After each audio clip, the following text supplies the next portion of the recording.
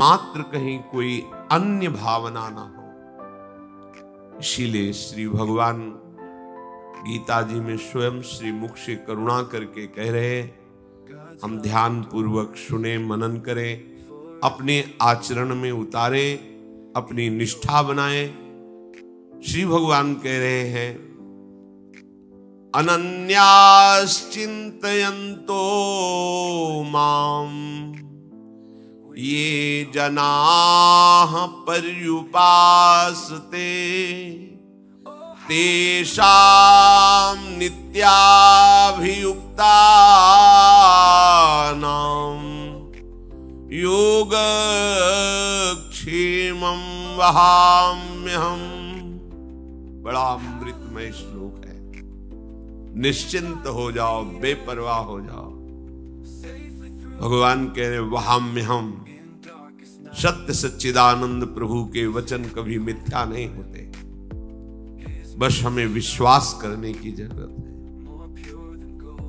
जो तुम्हें प्राप्त है उसकी रक्षा का ठेका लेते हैं, और जो तुम्हें प्राप्त कराना है उसकी जिम्मेवारी लेते हैं प्रभु। तुम्हारे योग क्षेम का वहन जब अखिल कोटि ब्रह्मांडों के ईश्वर कह रहे हैं, योगक्षेमं वहाम्यहम्, अप्राप्त की प्राप्ति कराना और प्राप्त की रक्षा करना, ये मेरी जिम्मेवारी है। बोलो, कितना निश्चिंत हो जाने वाली बात है। कोई पदाधिकारी व्यक्ति यदि ऐसा कह दे तो छाती फूल जाएगी। लो हमारा फोन नंबर, कभी कोई बात हो फोन कर देना, हम रात दिन आपके लिए तैयार हैं। उसकी बात मिथ्या हो सकती है, क्योंकि रात दिन तुम्हारे लिए समर्पित नहीं कर सकता, वो केवल बात कह रहा है। लेकिन प्रभु फोन करने की जरूरत नहीं है, जहां तुम हो वहीं है, जिस समय में उसी समय में, जैसी परिस्थिति में उसी परिस्थिति में वो वहां है। और इतने सामर्थ्यशाली है, कर्तुम अकर्तुम अन्यथा कर्तुम सर्व समर्था। जो हो सकता है वो भी हो सकता है, जो नहीं हो सकता वो भी हो सकता है। सर्व सामर्थ्यशाली प्रभु। और वो कह रहे हैं कि तुम्हें जो स्थितियां प्राप्त करनी है वो मैं प्राप्त कराऊंगा। मुझे तो पता ही नहीं क्या स्थिति होती है अध्यात्म की। यही जगत गुरु प्रभु आगे आगे स्थितियों का दर्शन करा के बढ़ाते जाते हैं। और जो हमारा भजन साधन उनकी कृपा से बना है, उसकी रक्षा भी वही करते हैं। कितना सुंदर बात है। बेपरवाह हो जाना चाहिए। अपने प्राणाराध्य प्रभु के वचन पर विश्वास करके, विश्वास बहुत बड़ी वस्तु है। ये विश्वास आ गया तो मानो आप साधना का फल प्राप्त कर लिए। और विश्वास की कमी है अगर, तो फिर धक्का खाना पड़ेगा, भटकना पड़ेगा। हित ध्रुव जो विश्वास है तबहिन सुधरे बात, नातर माया पंथ में फिरे जो टक्कर खात। इसमें ज्यादा बुद्धि लगाने की जरूरत नहीं है, मानने की जरूरत है, विश्वास की जरूरत है। अगर हमें इसी जन्म में भगवत प्राप्ति करनी है तो हमें विश्वास करना होगा। मेरे प्रभु हैं, सबके हैं, मेरे भी हैं, सब में है, मेरे में भी है, सब समय में है, इस समय में भी है, सब जगह है, इस जगह भी है। बोलो, कहां प्रभु हमसे दूर हैं? हम विचारों के द्वारा प्रभु से दूर हैं, इसलिए हमें प्रभु दूर नजर आते हैं। नहीं, सबसे प्यारे, सबसे नजदीक प्रभु ही है हमारे। आप जहां हो उनकी गोद में बैठे हो, अंतर से भी और बाहर से भी। अणु अणियान महतो महियान।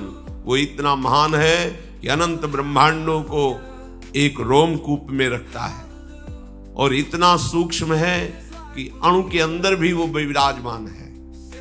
अणु अणियान महतो महियान, ऐसा प्रभु कह रहे हैं। तुम बस केवल मेरे को समर्पित हो जाओ। अन्य बल, अन्य आश्रय, अन्य भावना, इसका त्याग करके अनन्यास चिंतयन्तु माम, केवल मेरा अनन्य चिंतन करो। अनन्य चिंतन तभी होता है जब पूर्ण समर्पण होता है। ये भगवत प्रेम में सिद्ध हुए महापुरुषों के वचन हैं। पूर्ण समर्पण किसे कहते हैं और कैसे होता है? पूर्ण समर्पण किसे कहते हैं और कैसे होता है? जो भगवान की मांग है। ये जना पर्युपासते, कैसे उपासना? अनन्यास चिंतयन्तु, अन्य का चिंतन भी न होने पावे। ये बड़ी दिव्य स्थिति है और बड़ी आनंदमय स्थिति। बेपरवाह, परमार्थ व्यवहार बनो कि ना बनो, परमार्थ की चिंता न व्यवहार की चिंता, न नरक का भय न स्वर्ग मोक्ष की आस। कैसी महिमामय स्थिति! और ये समर्पण से प्राप्त होती है। ध्यान पूर्वक श्रवण करें और अपने आचरण में, अपनी एक एक वृत्ति में ये बात उतारें। वास्तविक पूर्ण समर्पण प्रभु करते हैं। हमें समर्पण की तैयारी करनी होती है। तैयारी हमें करनी होती है। कैसे करनी है? वो सब बना देंगे, संयोग बना देंगे, सदगुरुदेव मिला देंगे, सत्संग मिला देंगे, सब वो कर देंगे। आपको केवल राजी होना है। वो जैसा जैसा करते जाएं उसमें राजी हो जाओगे समर्पण के लिए, तो पूर्ण समर्पण प्रभु की तरफ होता है। वो करुणा करके हमें स्वीकार कर लेते, तभी हमारा पूर्ण समर्पण होता है। अगर हम चाहें भी पूर्ण समर्पण करना तो नहीं हो पाता है, क्योंकि मैं पूर्ण समर्पण अपने आप को करता हूं, इसमें अहंकार शेष है, अहंकार है, नहीं हो पाएगा। अभी है जैसे एक शरणागत जन प्रश्न कर रहे थे एकांतिक में कि बहुत वर्षों से समर्पित हूं, फिर भी हमारे ऊपर दुख क्यों आ रहे हैं? ये समर्पण का शब्द है। तुम हो कौन अब? शरणागत। क्या समर्पण किया? देह, मन, वाणी, चेष्टाएं, अहम, सर्वस्व। अब आपका है क्या? कुछ नहीं। तो दुख किसको हो रहा है? आप बिल्कुल शून्य पे खड़े नजर आएंगे, शरणागति पे नहीं। इसीलिए पहले शरणागति को समझो। शरणागति एक नाटक नहीं है कि ऐसे बाहरी कंठी बांध ली, तिलक लगा लिया और फिर प्रभु को कोसे कि हम आपके शरणागत हैं, आपने हमारी विपत्तियां दूर नहीं की, आपने हमें दुख दिया, आदि आदि।